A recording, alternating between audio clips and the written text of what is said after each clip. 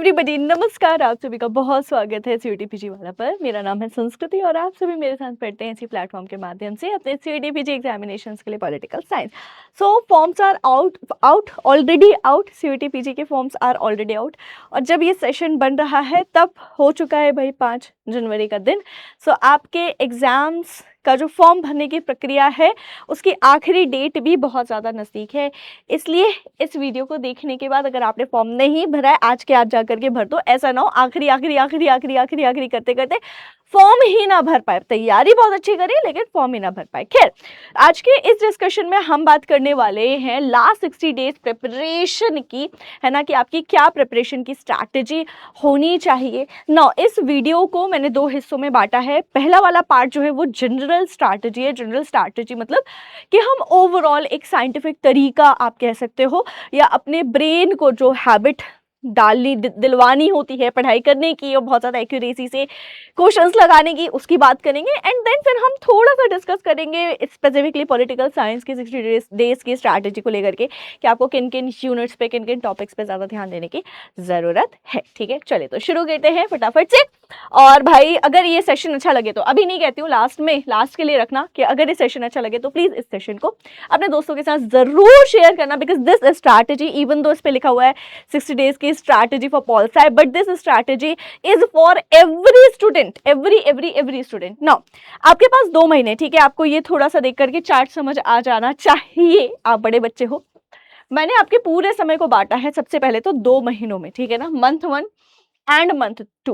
सो आपकी मंथ 1 की strategy month 2 से बिल्कुल कंप्लीटली डिफरेंट होने वाली है। ठीक है, नाउ अब आप देखो अगर तो मंथ 1 में ये जो कॉलम है, ठीक है ना, वर्टिकली जो आपको दिख रहा है ये है आपका पूरा एक दिन। ठीक है, ये जो यहाँ पे रेड कलर से लिखा हुआ है MAE, that is morning, afternoon, evening, late evening and night. तो आपका पूरा दिन जो है वो कुछ इस तरीके से हमने बांटा है कि सुबह आप पढ़ाई कर रहे हो, देन आफ्टरनून का समय है, देन इवनिंग का समय है, लेट इवनिंग का समय है जो 7, 8, 9 बजे का समय, एंड फिर रात का समय है जो 10, 11, 12 बजे तक आप पढ़ाई करते हो। ठीक है, नाउ तो आपका जो मंथ 1 है, बिकॉज बहुत सारे ऐसे बच्चे हैं जिनका अभी भी ऑलरेडी सिलेबस रह गया है कंप्लीट करने के लिए, कवर करने के लिए, बैकलॉग बच रखा है, ठीक है, for so many reasons, right. So इस मंथ में आपका जो फोकस है, आप देखो यहाँ पे समय कम, यहाँ पे समय ज्यादा, दैट मीन्स कि आपका जो फोकस है it should be on syllabus coverage. ठीक है ना, तो ये मंथ होने वाला है कि हर हाल में विद इन 30 डेज 25 डेज आपका सिलेबस आपने कवर करना ही करना है, कंप्लीट जितना भी पढ़ना है इसी महीने पढ़ना है, अगले महीने नहीं लेकर के जाना है। ठीक है, राइट। तो आपको जो भी कंटेंट वाला कंटेंट पढ़ना है that you have to study in this month only. तो आप इसके लिए भाई अपनी किताबों की मदद ले सकते हो, 1 शॉट वीडियोस की, मैराथन्स की, क्रैश कोर्सेज की, और जहां से जैसी मदद आपको चाहिए। ठीक है, एज यू फील राइट, आप अपना सिलेबस पूरा का पूरा जितने यूनिट्स है, मतलब कि हमारे पेपर में 8 यूनिट है, 8 की 8 यूनिट आप इसी महीने कंप्लीट और कवर करोगे। ठीक है ना, अगले महीने खींच के नहीं ले जाना। सो मॉर्निंग से लेकर के एंड इवनिंग तक का समय आपका यहाँ पर इन सभी चीज़ों के लिए रहने वाला है। ध्यान रखिएगा कि लॉन्ग नोट्स आपको नहीं बनाने हैं, very short notes and flow charts की मदद लीजिएगा। Apart from that current affairs के बारे में थोड़ा थोड़ा पढ़ने लगे, नहीं तो लास्ट में ये सब कुछ बहुत ज़्यादा भारी लगने लगेगा और याद कुछ भी नहीं रह जाएगा। ठीक है ना, अब आपका जो लेट इवनिंग और नाइट वाला टाइम है, ठीक है, उस समय को रखिए आप किसके लिए, उस समय को रखिए आप MCQs, PYQs और मॉक्स की प्रैक्टिस के लिए। ठीक है, मैंने बीच में इसलिए समय नहीं कहा क्योंकि जब हम MCQs, PYQs और मॉक्स लगाते हैं ना तो काम करते हैं आधे घंटे, 1 घंटे, 1.5 घंटे और समय बर्बाद होता है 4 घंटे, क्योंकि मॉक लगाने के पहले इधर उधर कुछ कर रहे हैं, मॉक लगाने के बाद इधर उधर कुछ कर रहे हैं। ठीक है, सो आप इसके लिए अभी इवनिंग का समय रखिए। ठीक है, ओके, एंड आप यहाँ पे लगभग 50 से 70 क्वेश्चन रोज लगाएंगे और एक मॉक हर दूसरे दिन, मतलब आज छोड़ के कल, कल छोड़ के फिर परसों, इस तरीके से, है ना। तो वंस इन 2 डेज आपको एक फुल लेंथ मॉक लगाना ही लगाना है और 50 से 70 क्वेश्चन आपको रोज बिना किसी एक्सक्यूजेस के प्रैक्टिस करने हैं। ठीक है, करेक्ट। सो ये होगा आपका 1 मंथ का स्ट्रैटेजी। सारी चीजें कट डाउन कर दीजिए, 2 महीने की मेहनत है और जिंदगी भर की सहूलियत है। ठीक है, अब आते हैं हम आपके मंथ 2 की स्ट्रैटेजी पर, है ना। मंथ 2 की स्ट्रैटेजी पर जो पढ़ने वाला बच्चा, जिस बच्चे ने पढ़ा है उसके लिए 1 महीने में 3 बार रिवीजन मार देना कंप्लीट सिलेबस का कोई बड़ी बात नहीं है। मैं बात उनकी कर रही हूँ जिन्होंने ऑलरेडी पढ़ रखा है, ठीक है। तो आप सबसे पहला अपना रिवीजन 1 पहली बार रिवीजन का जो प्रक्रिया है, प्रोसेस है, वो स्टार्ट करेंगे और उसे with in 15 days complete and cover करेंगे। ठीक है, इसी के बीच में अगर कुछ थोड़ा बहुत दाएं बाएं अगर छूट गया है तो आप उसे भी कवर कर सकते हो इफ यू विश टू, ठीक है। तो 15 डेज में आपका रिवीजन चलता रहेगा और यहाँ पे देखो रिवीजन के लिए ऑब्वियसली ज्यादा समय नहीं चाहिए है, तो आप यहाँ पे रिवीजन का समय हो गया कम एंड यहाँ पे प्रैक्टिस का समय हो जाएगा आपका ज्यादा। तो रोज आपको 75 क्वेश्चन लगाने हैं, मतलब एक मॉक रोज लगाना है, ठीक है। अब वो पीवाईक्यू के फॉर्म में हो सकता है, वो मॉक टेस्ट सीरीज के फॉर्म में हो सकता है।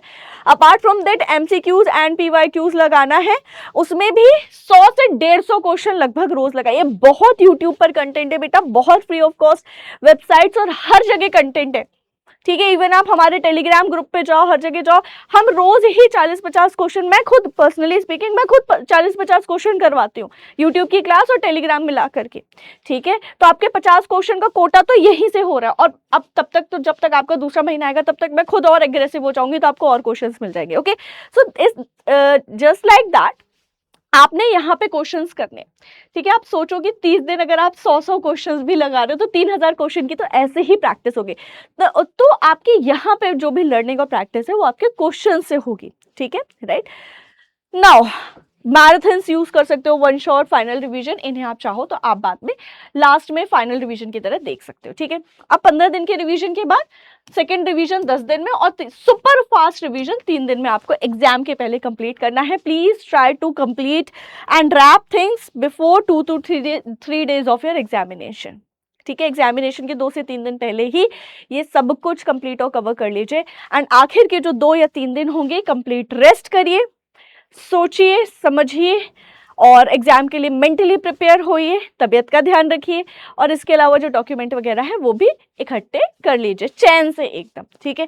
So this should be your strategy. आप करके देखिएगा, आपको बिना किसी टेंशन के बहुत ज़्यादा खुद पर कॉन्फिडेंस आने लगेगा, क्योंकि इन 2 महीनों में आप ना सिर्फ कंटेंट पढ़ रहे हो, आप रिवीजन भी कर रहे हो, आप एमसीक्यूज भी लगा रहे हो, आप पीवाईक्यूज भी लगा रहे हो, आप मॉक्स भी लगा रहे हो, आपके पास मैराथन वन शॉट का भी टाइम है, ऑल्सो आपके पास रेस्ट करने का भी टाइम है, ठीक है। तो अब आपकी जिंदगी की और आपकी ड्रीम यूनिवर्सिटी में जाने की जो कमान है लाइफ की, वो आपके हाथ में है।